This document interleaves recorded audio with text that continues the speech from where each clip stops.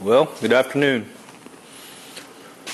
If you follow me on Instagram, you already know I got some different shoes for this car. These are 2000 off a 2000 Corvette. They come, these here 345 19s, and if they look big, they're not. They're huge. The fronts, which I've got under the back right there, are 295 18s, and so those won't even fit like that. I would have to roll the lips to get those to fit if I was trying to put them under the stock back end. But these for sure, these are 14 inches wide. Those are 12 inches wide. And I don't even know if I rolled that, they'd still have enough room. It'd be close. But anyway, with mini tubs and everything, my goal is to try to fit these. If not, if it doesn't work, it doesn't work. I mean, it just is what it is. But I got these pretty cheap for all four of them. They're used, clearly. They're good tires. They're just used, and he bought new ones. And these are Michelin Pilot Sports, and my God, they're probably $400 or $500 a piece. But anyway, I lucked out completely and got these for literally not much at all. So, kind of give you a look here. They look. If you follow me on Instagram, you probably already have seen these. And I just kind of mocked them up underneath there, just kind of get an idea of what they're going to look like. And the car just looks awesome. Even with those 295s under there, still just looks mean as it can be. But anyway, they make a tool that you can put your rear end together and everything and get it all bolted up. And you can bolt this to your axles, basically. And it grabs a hold here, here, here, and here. And then it has, basically, it adjusts in and out and the whole deal to allow you to be able to see what a wheel would look like and where a wheel would fit with your rear end. So that way you don't really make a mistake measuring, or you know what I mean. We've had quite a few discussions, me and Kevin, about whether it's better to get your wheels first and then measure between your wheels and then have your rear end shortened or narrowed and all that, versus doing it the way I'm doing it. And it seems like most people are trying to go the other route, and I just didn't. I just went ahead, and when I ordered all my stuff, I went ahead and ordered that. We talked about what size wheels I was going to put on it, and so I had it narrowed to that. So now, whatever that is, I'll have to have my wheels made, backspace, offset, and all that to fit. So whether that's backwards or not, I don't know, but that's the way I'm going to have to do it. So I figured I'd get the tires that I'm going to run, or want to run anyway, and fit them up underneath here.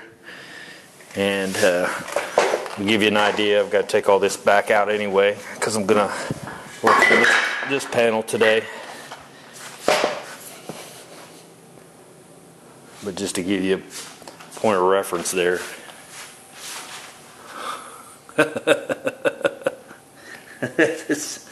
It's gonna be ridiculous, but I want what I want, right? So, but they'll be all tucked up underneath and look nice and neat. They won't be sticking out, and hopefully won't be rubbing and doing all that. That's the goal.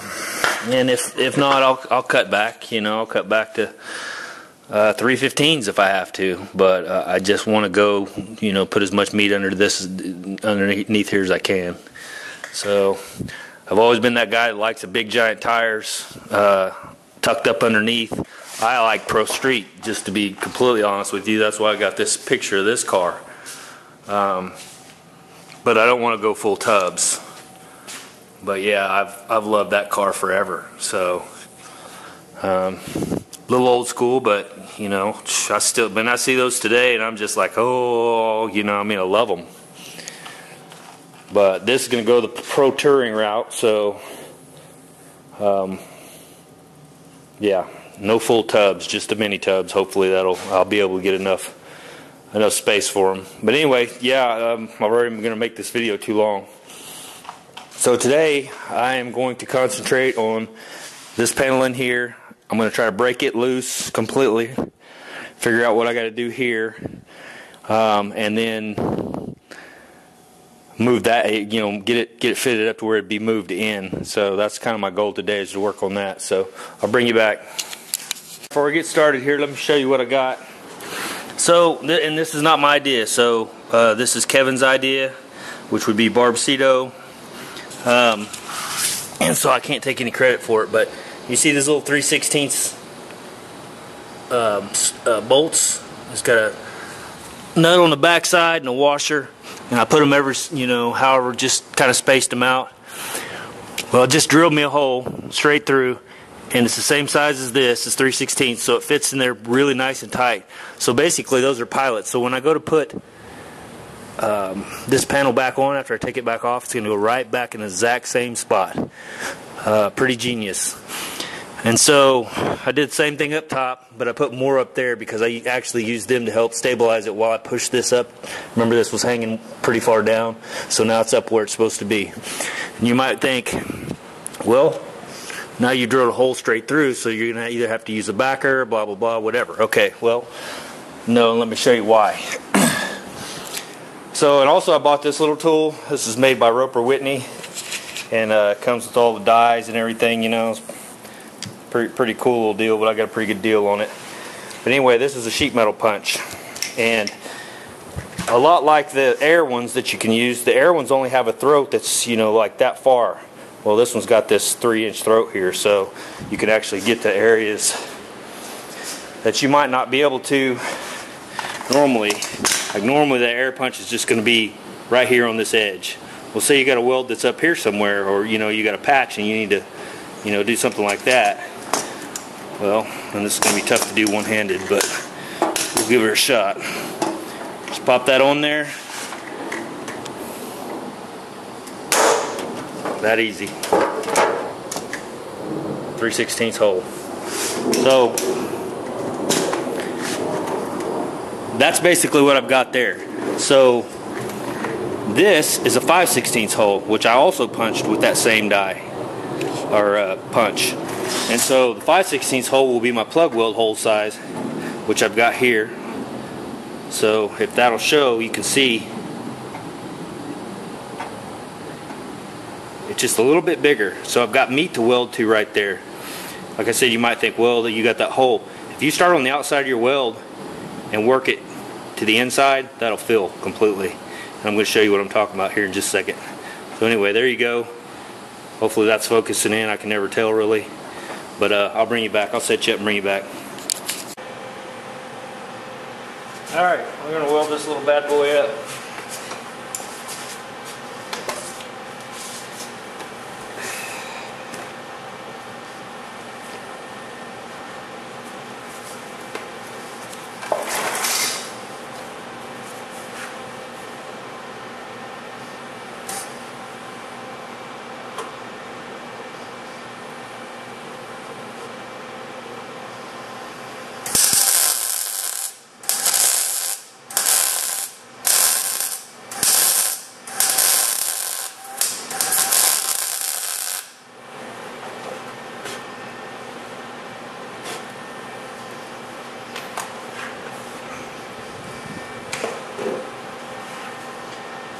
Should obviously ground that back a little bit more so I didn't have to breathe all that paint as it burned off.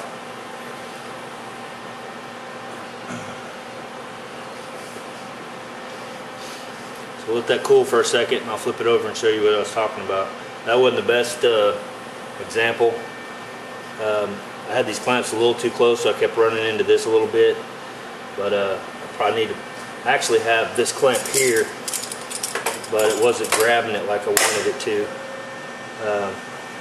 And this clamp will go around that. So it was actually kicking it up on one end, which I didn't care for. That makes it hard too. It makes it to where it's not tight in there.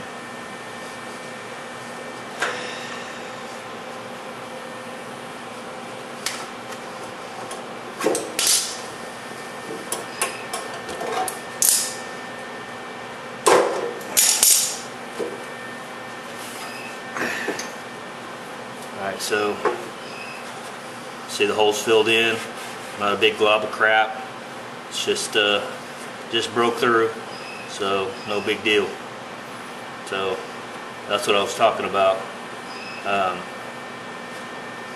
You just kind of go from the outside in on that where you got a hole and just kind of finesse it. It just takes a little practice, but like I said, that's not a perfect example, but you can see it looks pretty decent. So. And that's the outside. That's just a little example. I'll show you what I was talking about, because at first I was thinking, man, there's gonna be a hole straight through and you're not gonna have anything to weld to. Well, you actually do have that little lip to weld to right there, so works out pretty good. All right, see ya. All right, guys, welcome back to our show. While you guys were on break, all the real workers came in, and I went and sat on my nutsack, and they cut all this apart, so now I can just walk right up and act like I did all this work. So here you go. Oh no, I'm gonna have to have the workers come back in. Oh, never mind. Okay. So yeah, there you go, just like that. That's how easy it is, guys. It's just you know, no problem. So we got that out. Had to cut this loose. And I measured everything, make sure nothing's going to move and all that kind of stuff. You see I went overboard with the screws here, but that was for pushing this up for the most part. And I didn't want this to freaking move at all, and I wasn't really trusting the little clamps and stuff to hold that tight. So, but yeah, you can see their welds just barely were holding on. I just took a grinding disc and kind of went alongside that. I tried to keep that original piece there, and I'll come back in and once I get it where I want it, I'll just make me a nice little straight line, and we'll butt weld that instead of lap welding it, because you can see what happens when you lap weld and all that. And of course, there's a lot of rust. Now I'll be able to get into the inside of this and clean all this stuff out too. So. But yeah, there was literally nothing holding that in. So I mean, it was just up here they had done pretty well, but the rest of it was pretty sad. So yeah, I've got to take this flange off here. Other good thing is I'll be able to clean this up really nicely, and you know, it'll be a lot easier with it off the vehicle. So here's a part of the old inner wheelhouse, whatever you want to call it. I'm gonna have to cut that off, spot wheel, you know, get the spot wheels off of it, because this will sandwich between my new mini tub and speaking of new mini tub, now that I got that off, I can kind of take a look and see if those wheels are going to be like how much I'm going to have to take off. I'll take you along with me. Let me bring you back on that one. Alright, so there's that. That 1095 is going to fit just fine, but that 345 is not.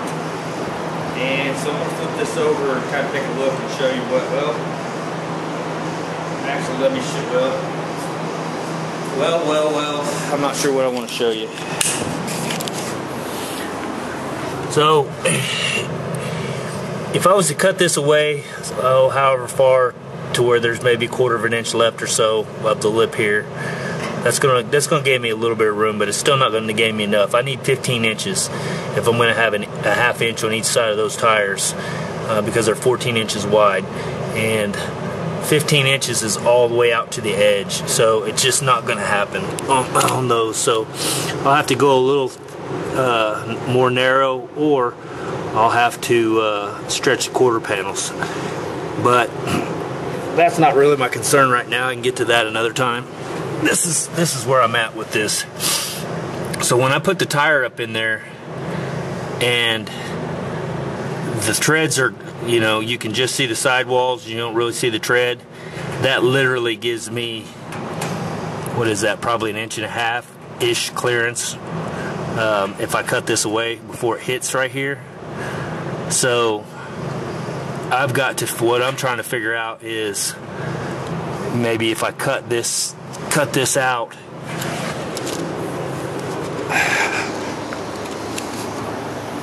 back here, see how much room I've got to where I can come straight off of here, okay, and then come in like that. So now it gives me all that tire clearance, that much more room for hitting bumps, and you know, because right now I've got nothing. Now most of these Camaros, if you ever see them, you know, the tire, you see this airspace between the tire. Well, that gives them all this room here, you know, because the tires aren't coming all the way up into here. But on these it's different, or on this is going to be different, because the tires, I want them kind of tuck, and so they didn't really make that in these with that in mind. So I've got to try to modify this outer wheelhouse to go deeper. So that's kind of where I'm at. I may, you know, here's fine. You can see where it's split right here. If I was to split that in the middle and then just go straight out from there and then make me a piece of curve over and then butt weld it back in, that may give me the space that I'm looking for. But anyway, you guys tell me what you think about that, and I'll pull these out and show you the mini tubs. I'll bring you back. Alright, so there's that. That's the 295. And I've got, you can see I got 2x4 under there, which 2x4s are 1.5 inches wide. So literally I only need about 1/2 inch, so I may space that up a little different. But you can see there, if it's sitting in there, I've got plenty of room, and especially if I cut that lip and do all that. But that's not really, like I said, it's not really going to be an issue. My issue was the way it sits right here. If it's actually sitting like that, kind of tucked, if I'm riding, that's my ride height, I literally don't have a whole lot, you know, before my tire bottoms out. So right there, I'm bottoming out. So that's basically where, you know, it just, so that's, let me see, that's bottoming out there. Let's see how much this is. That's probably, what, 3 inches maybe? But also, I want this tire to come out closer to this edge. I want it to fill in more of this. So, like I said, if I could figure out how to modify that inner lip a little bit, maybe to give me some more clearance, that's kind of what I'm working on. Anyway, let me stick this other tire in here and show you what it's going to look like. I'll take these out because there's no way it's going to fit anyway, but we'll kind of give you an idea what I'm dealing with here. Alright, so that tire's sitting flat on that. Let's see if I got it fairly centered. And so you can see here kind of what I'm dealing with. And I don't think this thing is sitting exactly like it would normally sit in the car. Maybe a little different like that, but or maybe it is. But anyway, I have to have probably a 1/2 inch on that side, and then I have to have a 1/2 inch on this side. And so I'm just not quite going to get there. Even if I cut that, you know, to there, it's just not quite going to be enough. So I've seen guys split their quarters and actually just stretch them a little bit out. But that's, I don't know if it's worth it, you know, to get, I mean, yeah, they're huge, cool looking tires, but I mean, a 335 or a 315 is just, like I said, these 295s are pretty cool looking in there, so that may just be something I kind of play around with. But Yeah, that's freaking just ridiculous.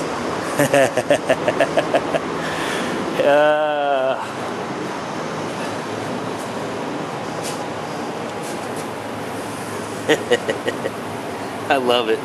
That's the thing, I love it. I love it more than these. You can see the difference. So, I don't know, maybe something I go ahead and put the mini tubs in and get all this mocked up and then figure out what I want to do, and once it's in the car and what, you know, the mini tubs are welded in and all that, I'll get a more accurate idea of what needs to happen. But yeah. Alright, well, tell me what you think. See ya. As someone asked me on YouTube in the comments not too long ago, do you think that this jig was overkill, or I mean, do you think you really needed it?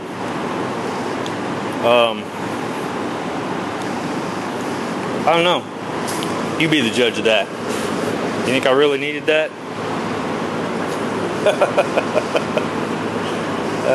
See ya. This is how this is supposed to fit. We'll clamp her in here a little better, but yeah, real nice. That's gonna be perfect.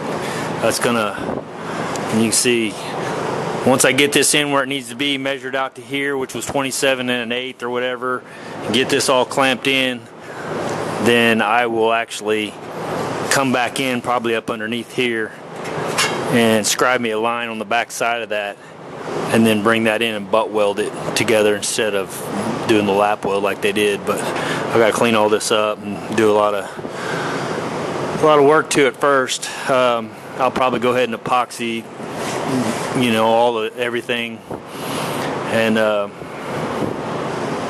while I've got it out of the car, because it's just going to be easier. So yeah, you can see it came in quite a bit from where it was.